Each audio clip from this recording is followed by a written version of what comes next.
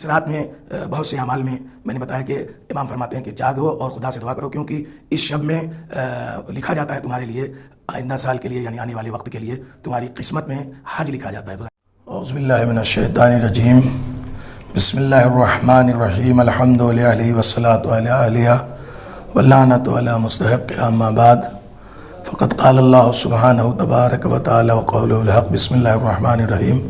بقیت اللہ خیر لکم ان کنتم مؤمنین۔ حضرات ناظرین و سامعین، حلول نیمہ شعبان یعنی شب برات و سرکار حضرت ولی عصر اجل اللہ فرجہ الشریف کی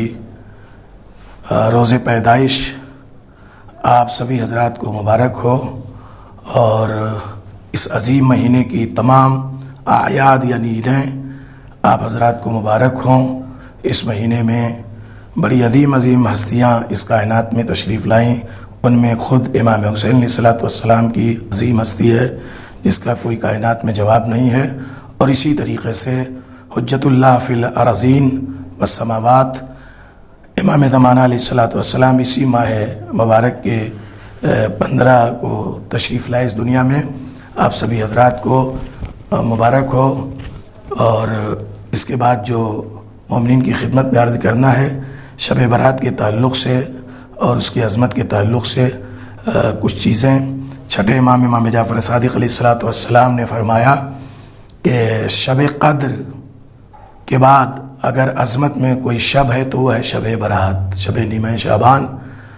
اس لیے کہ شب قدر رسول اسلام کی عظمت سے مخصوص ہے،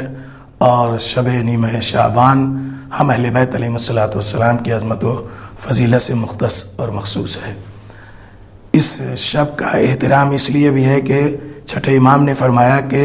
شب بیداری کرنا اس شب میں تاکید ہے، کیونکہ آپ فرماتے ہیں کہ جو اس شب کو جاگ کر گزارے گا،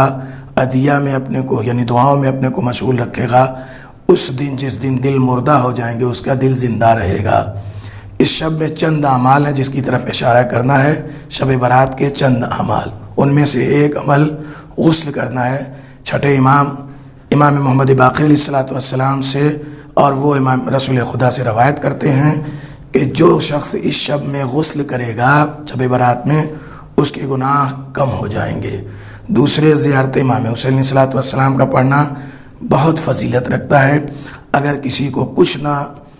لمبی یعنی پڑھنے کی زیارت جو ہے وہ اسے آتا نہ ہو عربی زبان میں، تو کم سے کم اپنی چھت کے اوپر جا کر السلام علیکم یا ابا عبداللہ، السلام علیکم ورحمۃ اللہ وبرکاتہ۔ امام فرماتے ہیں کہ اتنی مختصر زیارت بھی حج اور عمرے کا ثواب رکھتی ہے، یعنی کسی بھی طرح سے انسان کو چاہیے کہ زیارت بجا لائے، نزدیک ہو تو روضے کے پاس جائے، اور نزدیک نہیں ہے تو جو امام کی زیارت ہے بڑی اس کو بجا لائے، وہ بھی نہیں پڑھ سکتا تو کم سے کم ایک فقرے کی۔ اس رات میں دوسرے اعمال میں یہ چیز ہے کہ 100 مرتبہ تسبیحات اربع اس انداز سے جیسے میں پڑھ رہا ہوں سبحان اللہ والحمد للہ واللہ اکبر ولا الہ الا اللہ، اس کا 100 مرتبہ پڑھنا بہت فضیلت ہے۔ اسی طریقے سے اس رات میں دعائے کمیل پڑھنا بہت فضیلت رکھتا ہے۔ اسی طرح سے اس شب میں نماز جعفر طیار پڑھنا بہت فضیلت رکھتا ہے،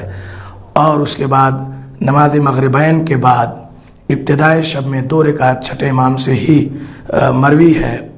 شب نیمہ شعبان کے اعمال میں، اور اس کا طریقہ یہ ہے کہ نیت کرے کہ نماز پڑھتا ہوں میں یا پڑھتی ہوں میں شب نیمہ شعبان کی 2 رکعت قربتاً اللہ، الحمد کے بعد پہلی رکعت میں قل یا ایھا الکافرون یعنی سورہ کافرون، دوسری رکعت میں الحمد کے بعد سورہ قل ھو اللہ، اسے پڑھے اور جیسے صبح کی نماز پڑھتا ہے نماز پڑھ لے۔ اس کے بعد اس کے اندر تسبیح پڑھنا ہے، وہ تسبیح اس طرح سے ہے کہ پہلے سبحان اللہ 33 مرتبہ، پھر الحمدللہ 33 مرتبہ، اور اس کے بعد اللہ اکبر 34 مرتبہ۔ اسی طرح سے نصف شب جب آ جائے تو 4 رکعت نماز امام جعفر صادق علیہ السلام ہی سے اس شب میں مروی ہے، اور وہ ہے کہ 2 رکعت کر کے نماز پڑھے گا اور نیت کرے گا کہ نماز پڑھتا ہوں شب نیمہ شعبان کی قربتاً اللہ، الحمد کے بعد ہر رکعت میں 100 مرتبہ قل اللہ پڑھنا ہے اور 2 رکعت کر کے ہی نماز پڑھنا ہے۔ یہ 4 رکعت نماز ہے۔ اسی طریقے سے ایک اور نماز ہے امام جعفر صادق علیہ السلام ہی سے اس شب میں پڑھنا، اور وہ ہے جو ہے وہ 100 رکعت نماز پڑھنا 2 رکعت کر کے، جیسے شب قدر میں ہم لوگ پڑھتے ہیں، لیکن نماز کے طریقے میں فرق ہے۔ وہ نماز کے طریقے میں فرق یہ ہے کہ ہر رکعت میں الحمد کے بعد 10 مرتبہ سورہ قل اللہ پڑھنا ہے، تو یہ بھی 100 رکعت نماز اس طرح سے 2 رکعت کر کے پڑھنا ہے۔ اسی طرح سے اور بھی بہت سی دعائیں اور بہت سی چیزیں مروی ہیں۔ انسان کو چاہیے کہ اس شب میں جاگ کے گزارے، جس کو کہتے ہیں شب کو احیا کرے، شب کو جاگ کر گزارے۔ بدنصیب ہے وہ شخص جو اس رات میں سو جائے، کیونکہ امام فرماتے ہیں کہ اس شب میں روزی سال بھر کے لیے جو روزی تقسیم ہوتی ہے اس کے بارے میں لکھا جاتا ہے۔ اور اسی طریقے سے اس شب میں جو ہے وہ پروردگار عالم کی بارگاہ میں توبہ و استغفار کرنا، جتنا ہو سکے استغفار کرے، استغفر اللہ ربی واتوب الیہ، استغفر اللہ ربی واتوب الیہ، توبہ و استغفار کرے۔ یہ رات بہت عظیم عبادت کی رات ہے۔ اس رات میں بہت سے اعمال میں نے بتایا کہ امام فرماتے ہیں کہ جاگو اور خدا سے دعا کرو، کیونکہ اس شب میں لکھا جاتا ہے تمہارے لیے آئندہ سال کے لیے، یعنی آنے والے وقت کے لیے تمہاری قسمت میں حج لکھا جاتا ہے۔ تو ظاہر ہے کہ اگر انسان کو حج کی تمنا ہے تو اسے اس شب میں جاگنا چاہیے اور خدا سے دعا کرنا چاہیے کہ خداوند عالم ہمیں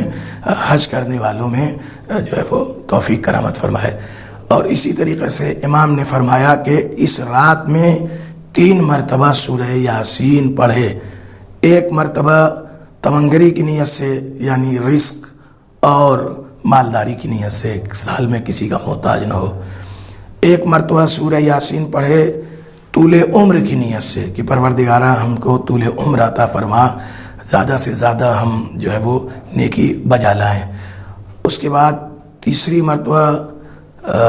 دفع بلیات و آفات کی نیت سے، یعنی سال بھر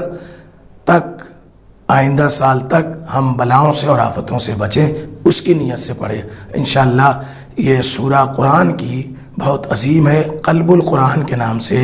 یعنی قرآن کا دل یہ سورہ کہلاتی ہے۔ اسی لیے 1 مرتبہ اس سورہ کا پڑھنا 12 ختم قرآن کے برابر ثواب رکھتا ہے، رسول خدا صلی اللہ علیہ وسلم نے فرمایا۔ تو خوش نصیب ہو وہ انسان جو ایک رات میں اس کو 3 مرتبہ ان 3 نیتوں سے پڑھے،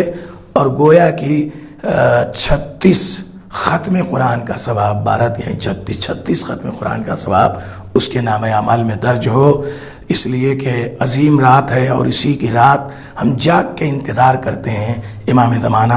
جو سرکار حضرت ولی عصر ہیں، جو اس زمانے کے خدا کے جو ہے آخری پیغمبر کے جو ہے وہ حجت ہیں، ہمیں جاگ کے ان کا انتظار کرنا ہے، کیونکہ اسی کے بعد جب 15 کی صبح آتی ہے تو امام زمانہ علیہ السلام چمنستان امامت میں 12ویں نائب رسول بن کر آنکھیں کھولتے ہیں، اور پوری کائنات آپ کے نور سے منور ہو جاتی ہے، اور آپ کے آنے کے بعد یہی اعلان ہوتا ہے قل جاء الحق وزهق الباطل ان الباطل کان زہوقا۔ یہ آپ کے کاندھے پر، آپ کے شانے کے اوپر یہ آیت لکھی ہوگی، اور اسی کی تلاوت کرتے ہوئے آپ تشریف لائیں گے۔ اور جو میں نے شروع میں یہ بھی ہاتف ندا دے گا، بقیت اللہ خیر لکم، یہ اللہ کا بقیہ، آپ کا لقب ہے امام زمانہ بقیت اللہ، یہ اللہ کا بقیہ جسے اللہ نے تمام مومنین کی ہدایت کے لیے اور شریعت کی حفاظت کے لیے بھیجا، خیر لکم تمہارے حق میں بہتر ہے ان کنتم مومنین۔ امام زمانہ کے سلسلے میں بھی تمام احادیث ہیں کہ آپ کا انتظار افضل ترین عبادت ہے، اسی لیے حکم ہے، پیغمبر کا ارشاد ہے کہ افضل العبادہ انتظار الفرج، امام زمانہ کے ظہور کی دعا کرنا اور ان کا انتظار کرنا افضل ترین عبادت ہے، یعنی عبادتوں میں افضل ترین عبادت ہے۔ تمام مومنین امام زمانہ کی شب بھر جاگ کے کم سے کم تولد کا اور آنے کا انتظار کر رہے ہیں، یہ بہت بڑی فضیلت ہے۔ اور اسی کی صبح میں، اسی لیے امام زمانہ کی خدمت میں دوستی کا ثبوت دینے کے لیے آدمی عریضہ یعنی خط بھیجتا ہے اپنے معاملات کو، اپنے تمام تر مشکلات کو مشکل کشا کے آخری نائب حضرت امیر المومنین کے نائب برحق بیٹا المہدی من ولد الحسین، جناب امام حسین السلام کی اولاد میں امام زمانہ ہیں اور جناب فاطمہ کی اولاد میں ہیں، عظیم ہستی ہیں کائنات میں۔ خود امام حسین علیہ الصلوۃ والسلام جن کا اتنا مرتبہ ہے، وہ کہتے ہیں لو ادرکتہ لخدمتہ،